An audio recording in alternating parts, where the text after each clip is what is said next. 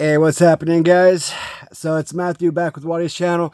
So I finally got around to making the videos I want to make. Today we're actually going to look at the very first official WWF magazine that I actually own. Now, in the last few weeks, we have taken a few looks at some of the WWF / Titan Sports releases of the biography or official biographies of guys like Roddy Piper and Andre the Giant and Hulk Hogan. So you take away those books. Now we're going to dive into the actual WWF magazines. Now for me, I guess the golden era, sometime around 1983, 1984, that's probably the time frame that I'm probably most interested in. You're probably looking at probably a good chunk of 1990s magazines, to be honest, because 1990s, they're more affluent on the open market, they're more readily available, and they're more financially affordable. So I don't have as many 1980s magazines as I'd like, so we're not really going to see the great bundle until I actually start getting into the 90s, but I will show off what I have in the meantime. And there are quite a solid number of magazines that I'm super excited about. I've never had any of these magazines as a kid, so going through these pages for the first time here on camera will literally be my first time ever seeing them as well. So today, just kind of give you a little back history. I don't necessarily covet magazines the same way as some folks.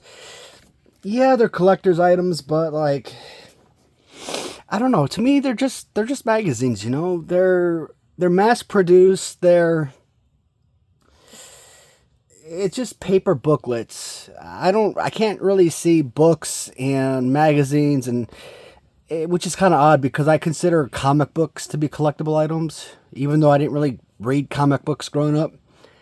I think I was probably 12, or I was about 12 years old when my father bought me my first comic book on one of our overnights or one of our weekend stayover trips. And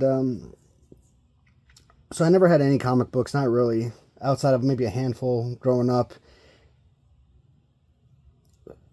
But these magazines, they're part of history, and they're part of wrestling history, and I do collect everything wrestling nowadays, so this is a huge pickup, or starting a pickup for me. The first thing that we are going to look at, and hopefully I can show this off pretty well, is the December 1984 / January 1985 WWF magazine. So January of 85, I wasn't even born yet, so literally I have absolutely no idea what is going to be happening in this magazine. So, let's see. The Faces of Wendy, Cheesecake for You, Beefcake for Me. Rockin' Wrestling, Fabulous Freebirds, The Junkyard Dog, Nothing is Meaner, and The Season's Greetings from Sergeant Slaughter. So, you guys know when it comes to the LJN posters, I love the LJN posters that were very cartoony looking. But I wasn't much of a fan of the ones that were live action themed. So when you look at those LGN posters, right? I love those type of posters. So kind of seeing something like this, that is so freaking awesome. Absolutely love that.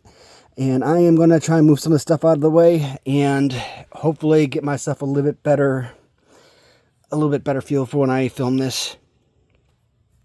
All right.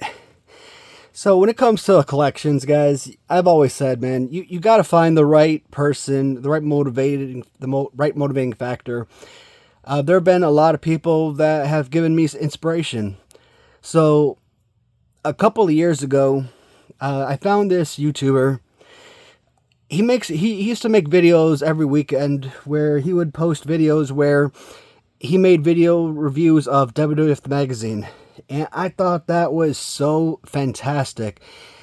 I thought it was such a niche, such a brilliant concept, because I've never heard of anybody or seen anybody doing magazine reviews before. I didn't think that was ever a thing.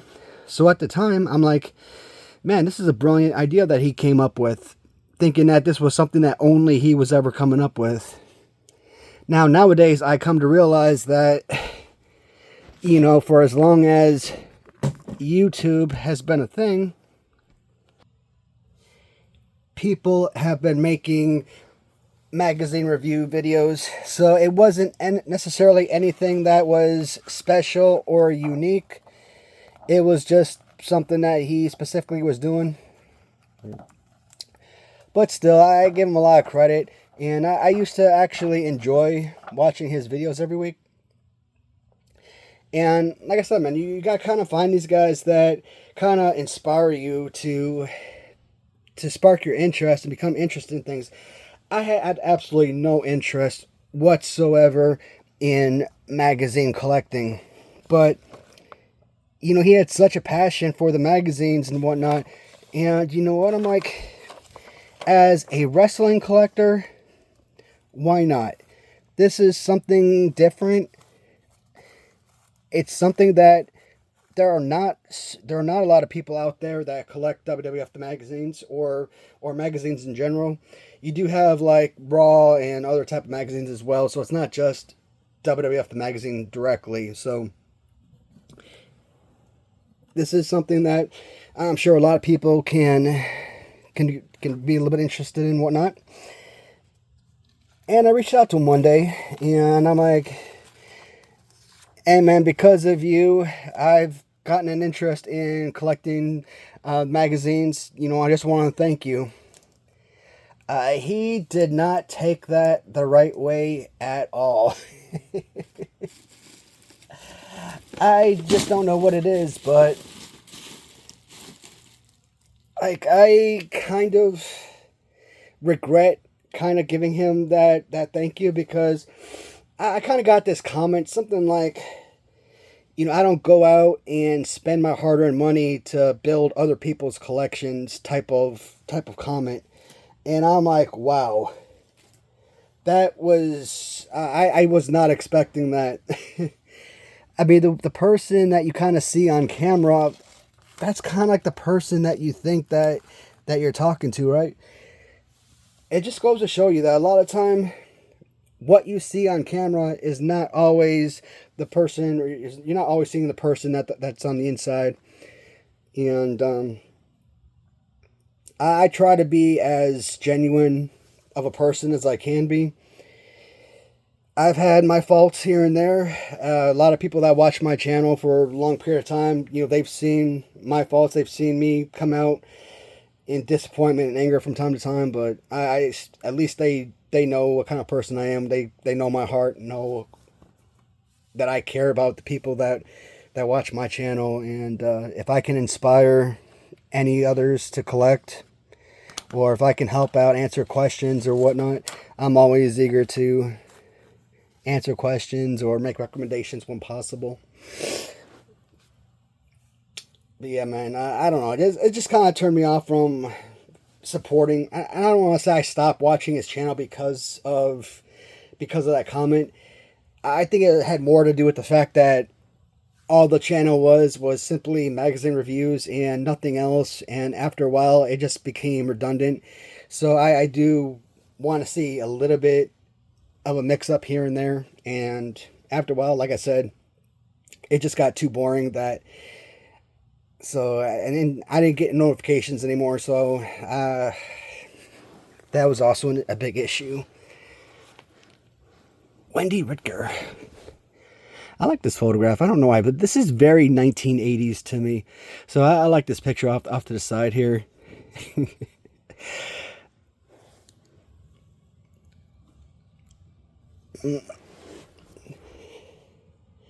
I'm still trying my best to figure out how I want to present these review videos, because I tried taking these magazines upstairs and everything, try to work out of the kitchen, but I don't know. I just didn't like the background. I didn't like the way that it was kind of situated. So I'm like, yeah, let me go back to the basement. Let me go back to where all the collections are.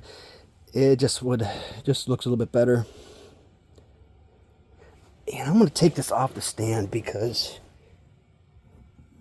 I think this is going to help a little bit more. Because I want you guys to kind of get more of a feel for what we're actually seeing here in the magazines. So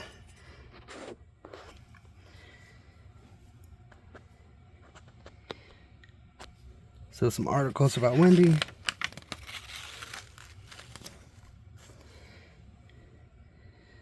Ah, shoot, that is such a crazy old picture of Jesse Ventura.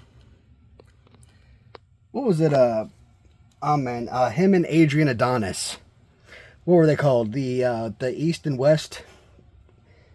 What the heck was it? What were they called? I want to say East and West Connection, but I don't know if that's correct. I'm telling you guys, there's just so much information, and when you weren't exactly growing up or watching this from childhood, and it's just something that you kind of like learn about over time, it's kind of hard to like maintain all this information. There's just so much freaking history, and wrestling, you're talking decades upon decades upon decades of history. But I don't know, that's just a crazy look. He does look a lot like Hulk Hogan though. I think a lot of people in the early days used to make that comparison.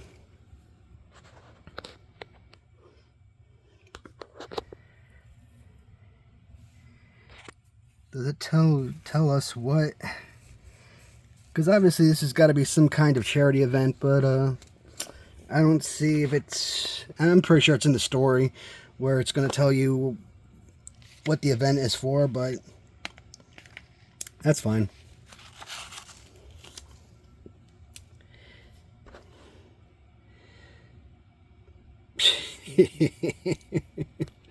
Brutus wants you. Okay. Cheesecake for you, beefcake for me. That's what's up. Dang. I need to go back to Random Treasures, get me a new Brutus beefcake figure with the black pants. And I keep knocking over all of my figures back here, so that's alright. I just have this camera fixated on the magazine, so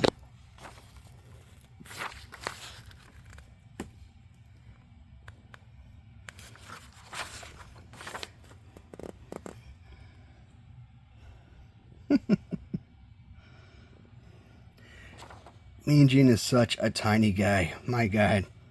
What was Mean Gene? Like 5'5" or something?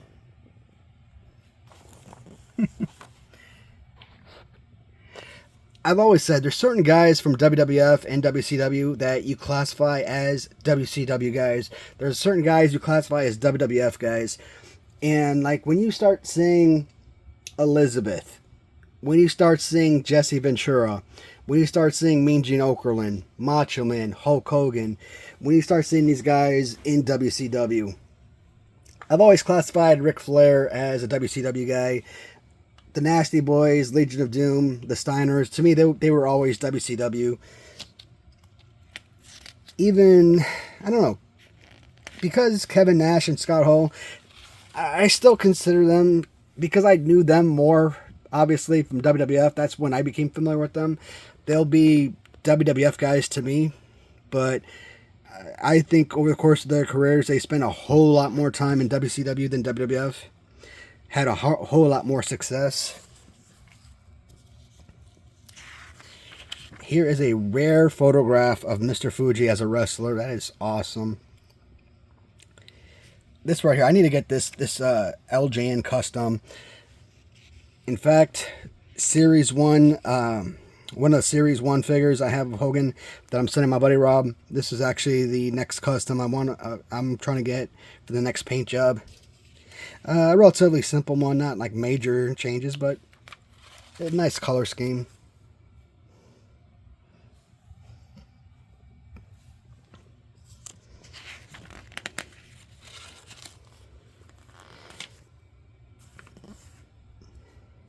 Who was that, Uncle Elm or somebody?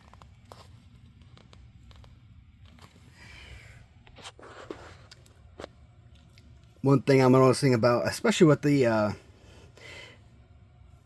either mid-80s or the latter half of the 90s, I'm noticing a lot of these magazines are coming up to be like $20 plus and $30 plus. I'm like, come on, no. They're magazines. I mean, when they first came out, they were like, what, $3? Maybe 5. So, I don't care if it's like brand new on the newsstands right now, or if it's something that's 50 years old. A magazine's a magazine, and there's just a certain number I will not pay. And so when it comes to magazines, I'm like, look, $10. $10 is like my cutoff, and it really has to come in below $10. So if I'm buying a bundle of magazines and they're all like $15 a piece, I'll send an offer for like, for a bundle of 10, let's say $95.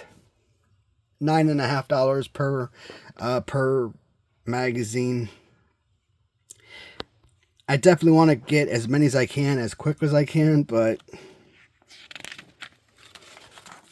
like I said, it has to be a bundle, because when you think about it, when people are shipping these out, they're charging you $5, $6, $8, $10 shipping for a magazine.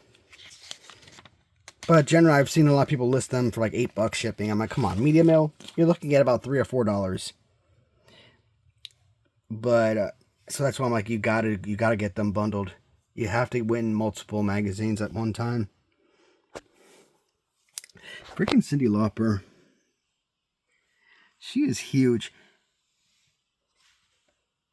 Huge as in star power, not huge as in gigantism. Sergeant Slaughter's got to be on his way out, right? So 1985. I mean, this, like I said, this is December '84, January January '85 issue. Now, I wouldn't be born for another month after this release. So, but I'm pretty sure around '85 is when Sergeant Slaughter left the WWF. At least sometime in '85 to join up with the G.I. Joe TV series. I mean, you got probably one of the biggest cartoons in history, and he has a number of popular G.I. Joe action figures. And even though I never watched G.I. Joe, don't collect G.I. Joe, there's actually Sergeant Slaughter G.I. Joe figures I actually want, just because they're Sergeant Slaughter related. So,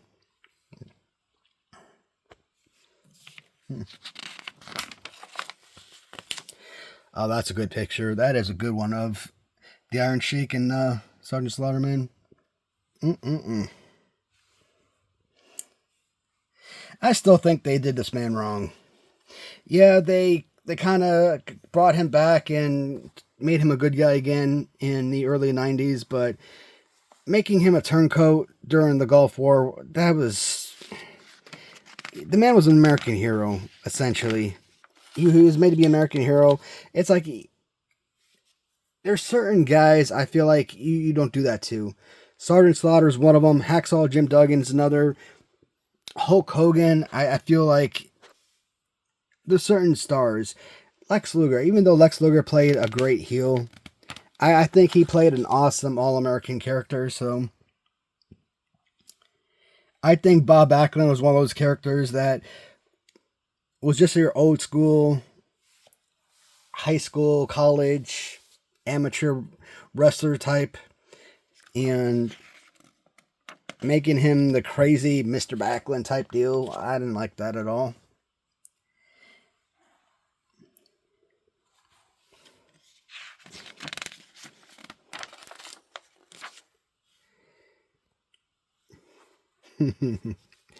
Well, this right here did not age well.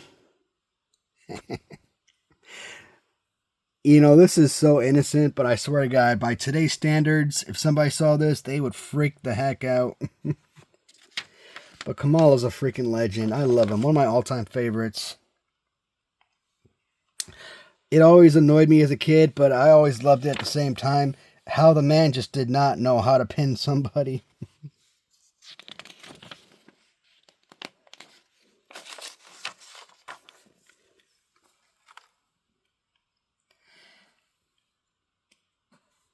So I love the cover of this magazine so far, but just kind of going through the pages, I don't know.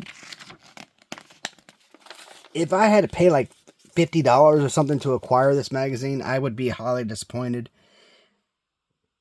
Maybe if I actually sat there and read the stories or something, I would feel better about this. But I think most of these videos are just simply going to be looking at the pictures and whatnot.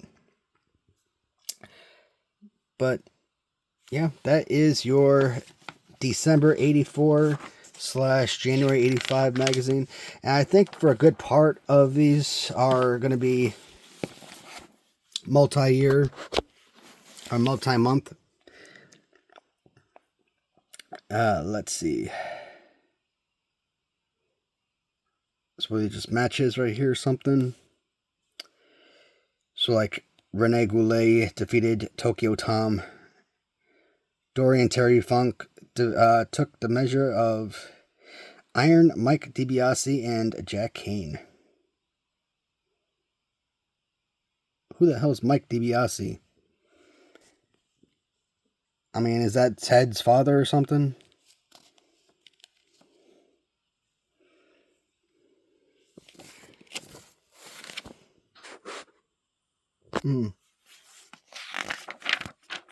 Interesting. Am I going to go back and actually read these magazines? You know what? I really should. And to be honest, I should probably read them before I even film the video so that I can actually have an idea of what the heck I'm talking about. But nah, I want the first time I see them, the pages and everything, to be genuine. So ooh, I would like to actually kind of go over these mailbag questions though. Dear Steve, I wanted you to know that the pictures of the wrestlers arrived in great shape. Boy, did you impress me as a kid at our... Okay, I don't know what the heck this is, so nothing. Yeah. I thought that was going to be something important. I just picked a random message. Okay, I think that's it for now. Alright, what did I think? Well, A+ cover, D+ insert. I was not a fan of the overall magazine, but like I said, the cover itself is what makes the magazine so valuable. And I feel like probably 90% of the magazines we're gonna go through I'm gonna have that same feeling. And I didn't even notice this, but he's actually sitting on a sled. That is fantastic. I mean, it is a Christmas magazine after all, so. Guys, a 23-minute video. I appreciate you taking the time to sit down and watch this video and go through the pages with me. And hopefully it won't be as long until we get to the next magazine review. Until next time, guys. Thanks for watching.